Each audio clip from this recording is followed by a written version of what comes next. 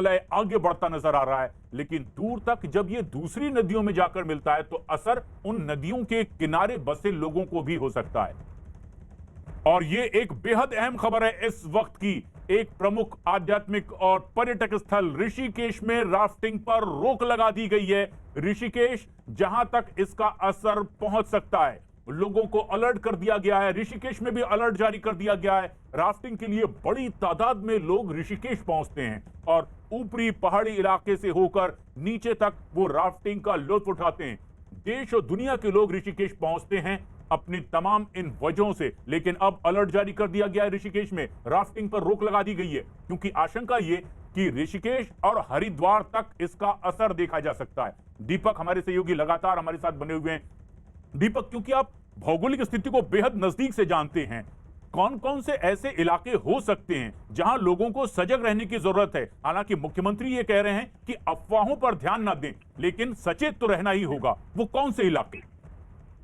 जी प्रशांत, साफ तौर पर अफवाहों पर ध्यान नहीं देना चाहिए क्योंकि इस दौरान कई सारे वीडियोस मैसेज जो है सर्कुलेट होने शुरू हो गए। लेकिन साफ तौर पर अगर देखा जाए, जिस तरीके की जो तस्वीरें अभी तक सामने आई हैं और जो जानकारी वहाँ के लोकल प्रशासन से मिली है, उसके तौर पर साफ तौर पर ये कहना है कि जिस तरीके से केदारनाथ बद्रीनाथ रूट पर जो लगातार तीर्थयात्री जाते हैं उनको भी सचेत रहने की जरूरत है क्योंकि वो इन्हीं इलाकों से होकर जाते हैं जिस इलाके से ये पूरी अलकनंदा नदी बहती है। तो साफ तौर पर अगर बात की पूरे रूट मैप की बात की जाए, तो अगर आप बात करें जोशीमठ, उसके बाद रुद्रप्रयाग, कर्णप्रयाग, इन सब इलाकों की बात की जाए और आगे अगर हम बढ़ते हैं ऋषिकेश और अपने हरिद्वार की तरफ अगर हम बढ़ते हैं, तो वहां तक जहां तक ये पूरी गंगा नदी, अलकनंदा नदी जिस तरीके से बहती है, वहां पर जो है वो भारी नुकसान की संभावनाएं वो जताई जा रही है। लेकिन फिलहाल जो लोकल प्रशासन है वो काफी ज्यादा अलर्ट है। उसने साफ तौर पर ये कहा है कि जो रेस्क्यू फोर्स है, जो कि उत्तराखंड की SDRF टीम है, उसको अलग अलग इलाकों में भेज दिया गया है। हालांकि कोशिश ये है कि सबसे पहले जो केदारनाथ की जो बेल्ट है, जो जिस बात की जाए, अगर जोशीमठ इलाके की बात की जाए, वहां पर जो पूरे तीर्थ यात्रियों को जो जमावड़ा होता है आमतौर पर, वहां पर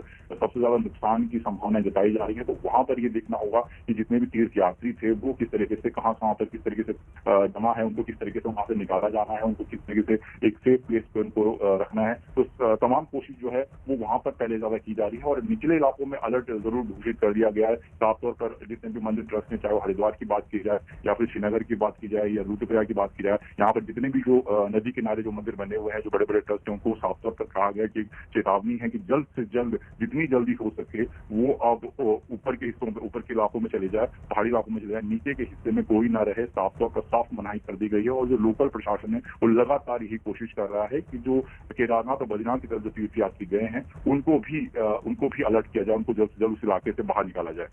दीपक, बड़ी जोर शोर से कुंभ की तैयारियां भी चल रही थी, लेकिन क्या यह माना जा सकता है कि कुछ फेरबदल यहां एहतियात के तौर पर देखने को मिल सकता है इस पूरी व्यवस्था में?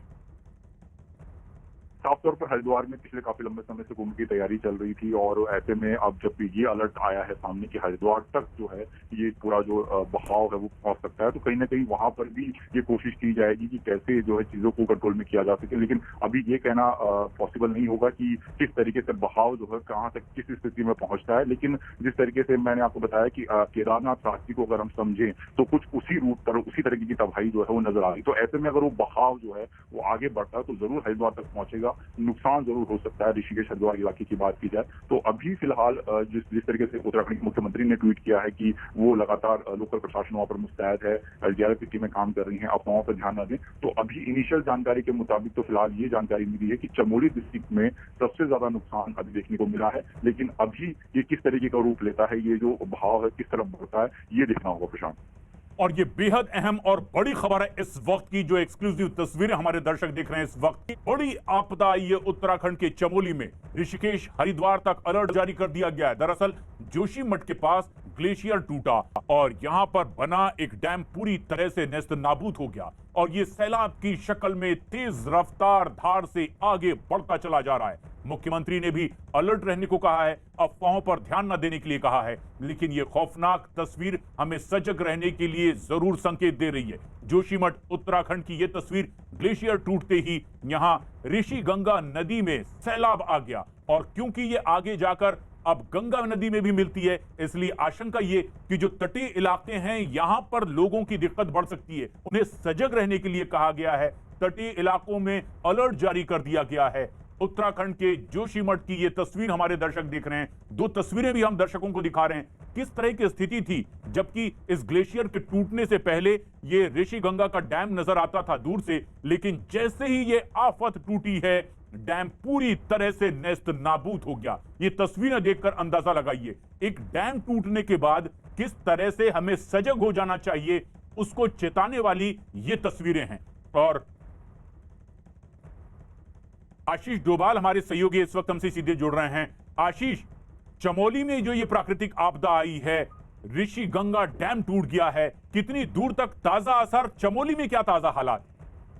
प्रशांत, आपको बताना चाहूंगा चमोली में जो हालात हैं वहाँ आसपास का जो गांव है उनको खाली करा दिया गया है। श्रीनगर में अलर्ट कर दिया गया है, साथ ही ऋषिकेश, देवप्रयाग और हरिद्वार तक अलर्ट कर दिया गया है और जो आसपास गंगा से लगे तटीय इलाके हैं उनको खाली कराया जा रहा है। चमोली में रेस्क्यू टीम पूरी रवाना हो चुकी है। जगह जगह से एसडीआरएफ की जो टीमें थी उन्हें कार्यों के लिए भेज दिया गया है जिससे रेस्क्यू को अंजाम दिया जा सके। अभी हालात जो है वो उस पर नजर बनाए रखना पड़ेगा क्योंकि ऋषिकेश और हरिद्वार तक पानी पहुंचने में 10 से 15 घंटे का समय लगेगा। जी प्रशांत। आशीष, सभी को सचेत रहने, सजग रहने कह दिया गया है, यही संदेश देने की कोशिश भी हम न्यूज 18 इंडिया के जरिए कर भी रहे हैं, लेकिन सबसे ज्यादा चिंता वाली बात ये कि चमोली में जहां ये हादसा पेश आया है, कितने बड़े नुकसान को अब तक आंका गया है। और चमोली की एसडीएम कुमकुम जोशी इस वक्त हमारे साथ फोन लाइन पर मौजूद हैं। कुमकुम जोशी, एसडीएम चमोली। कुमकुम जी, जो ये बड़ी आपदा आई है, किस तरह का नुकसान और कब इस तरह से ग्लेशियर टूटा है, क्या आधिकारिक जानकारी?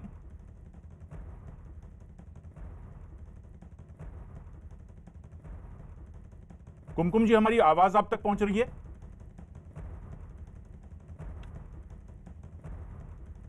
हम एक बार फिर जुड़ने की कोशिश करेंगे।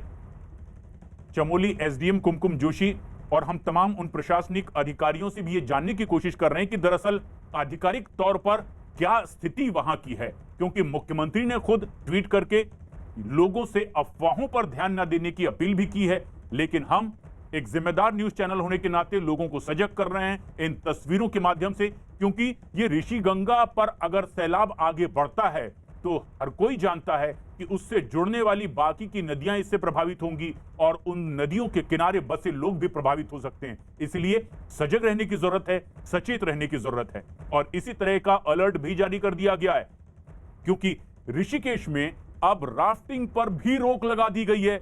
ऋषिकेश में अलर्ट जारी कर दिया गया है। ऋषिकेश वो जगह जो इससे दूरी पर है, लेकिन देश और दुनिया के लोग यहां पर पहुंचते हैं आध्यात्मिक मंशा से और कुछ इस तरह से प्राकृतिक वादियों के बीच रिवर राफ्टिंग के लिए भी। लेकिन यह तस्वीर बेहद हैरत अंगेज और खौफनाक तस्वीर भी है, जब ऋषिगंगा नदी पर बना डैम पूरी तरह से नेस्त नाबूद हो गया और वजह अचानक आई एक प्राकृतिक आपदा, और यह आपदा थी ग्लेशियर की शक्ल में।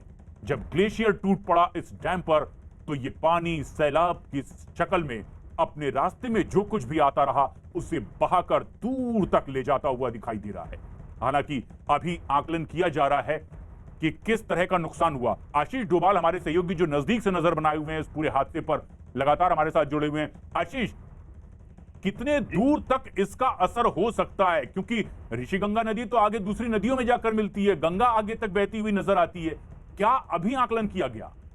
प्रशांत, आपको बताना चाहूंगा जो सरकारी महकमा है पूरा इस पे लग चुका है। अलर्ट पे पूरा उत्तराखंड को कर दिया गया है और खासकर गंगा तटीय जो इलाके हैं, अगर हम बात करें चमोली डिस्ट्रिक्ट की तो चमोली से 250 किलोमीटर का सफर तय करते हुए पानी यहाँ पहुंचेगा और देर रात पानी के यहाँ पहुंचने की संभावना जो है वो व्यक्त की जा रही है।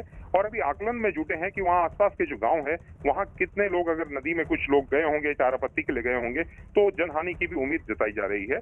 और पानी का जो सैलाब है वो पहले श्रीनगर तक पहुंचेगा, उसके बाद देवप्रयाग पहुंचेगा, देवप्रयाग के बाद ऋषिकेश स्वर्गाश्रम क्षेत्र में ये देखना होगा कि कितनी संख्या में ये पानी आ रहा है, कितना पानी आ रहा है। ये सारा आकलन अभी विभाग जुटा रहा है और पूरे अलर्ट पे उत्तराखंड के तटीय इलाकों को रखा गया है। जी प्रशांत।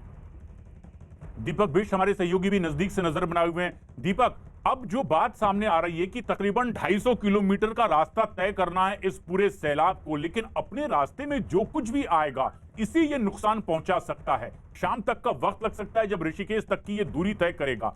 किस तरह की तैयारी इसके लिए कर ली गई है कि नुकसान अब इससे ज्यादा और ना हो सके?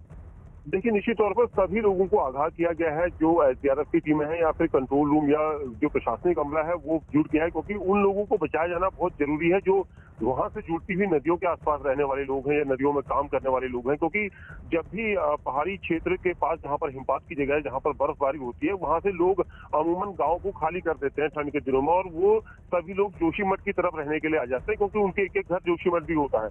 लेकिन ये बताया जा रहा है कि तपोवन के पास जो प्लांट है, जो प्रोजेक्ट तपोवन का प्रोजेक्ट है, वहां पर 60-70 से ज्यादा लोगों की मौजूदगी थी, क्योंकि वहां पर काम करने वाले लोग हैं। उनके बारे में जानकारी जुटाई जा रही है, क्योंकि जो सैलाब आया है वो बहुत तेजी से आया है, उसने संभलने का मौका नहीं दिया है। जो लोग ऊंचाई पर चले गए हैं वो शायद बच जाए, लेकिन जो तलहटी में, जो नदी के किनारे किनारे होगा, वो सबसे ज्यादा नुकसान में हो सकता है। और अभी तक जो एसडीआरएफ की सभी टीमों को वहां पर भेजा गया है, जहां जहां पर टीमें लगाई जाती हैं सुरक्षा के मद्देनजर, क्योंकि जो सैलाब आया है वो अचानक आया है। लोगों ने फोन कॉल्स के जरिए या दूसरे आवाज लगाकर लोगों को सूचना दी कि अपने अपने बचाव के लिए लोग घरों से निकलकर भागें, क्योंकि अमूमन गांव के लोग जो पहाड़ों में होते हैं वो नदी के किनारे भी उनके घर होते हैं, और यही वजह है कि पानी जहां जहां जाएगा ये बड़ा एक रौद्र रूप लेकर आगे बढ़ रहा है। तो उसको लेकर जो है बचाने की कोशिश की जा रही है। तो प्रशासन का पूरा अमला जो है इस वक्त लग रहा है कि किस तरह से बचाया जाए, क्योंकि आंकड़े अभी तक नहीं जुटाए जा सकते हैं कि कितने लोग जो है वो हो सकते हैं, कितने लोग यहाँ पर इससे प्रभावित हो सकते हैं। लेकिन ये जानकारी आ रही है कि काफी लोगों के गांव जो है वो प्रभावित हो सकते हैं, क्योंकि सबसे ज्यादा जो जरूरी है वो उनको बचाया जाना है। इसको लेकर प्रशासन का पूरा विभाग जो है वहां पर लगा हुआ है। जी दीपक, क्योंकि ज्योग्राफिकली ज्यादा बेहतर परख आपको इस पूरे इलाके की है, ये जो नदी जिस पर डैम बना हुआ था ऋषिगंगा, ये आगे जाती है, कई और नदियों में मिलती है, क्योंकि यहां से सैलाब आगे बढ़ रहा है। कौन कौन सी और ऐसी नदियों के किनारे इसका प्रभाव देखने को मिल सकता है, ताकि लोग सजग रह सकें? बिल्कुल निश्चित तौर पर देखिए प्रशांत, सबसे अहम चीज है उन नदियों के जल स्तर को रोक पाना। लेकिन जिस तरह से ये तेज गति से जैसे ही ग्लेशियर फटा है, उसके बाद वो रैणी गांव की तरफ तेजी से आया हुआ है। रैणी गांव के पास जो है तपोवन की कई सारे प्रोजेक्ट हैं, और उस प्रोजेक्ट को नुकसान पहुंचाया गया है। जो बांध वहां पर था उस बांध के टूटने की आशंका के बाद जो है लोगों को इलाका खाली करने के लिए कहा गया है। लेकिन कुछ लोग ऐसे होते हैं जो जंगलों में जाते हैं, कुछ नदी के पास बैठते हैं, वहां पर नेटवर्क की सुविधा नहीं होती, उन लोगों का गायब हो जाना या वहां पर पानी के बहाव को अचानक देख पाना बहुत मुश्किल होगा। इसको लेकर सबसे अहम चीज यह है कि जो नदियां वहां पर जुड़ रही हैं, जितनी भी नदियां उस ग्लेशियर के बाद जो उसका जो बहाव है उसमें जुड़ेंगी, वो सब खतरे के निशान को पार करेंगे। और ये माना जा रहा है कि उसकी जो स्पीड है वो भी बहुत तेजी से है। इसलिए गांव वालों को तुरंत ही जो इलाके हैं, क्योंकि चमोली से लेकर रुद्रप्रयाग और देवप्रयाग, ये ऐसे इलाके हैं जो बिल्कुल रास्ते में पड़ते हैं, और यही वजह है कि सभी नदियों के रास्ते में जो लोग घर हैं, जिनके भी घर हैं, उन सभी को वहां से हटने के लिए कहा गया है।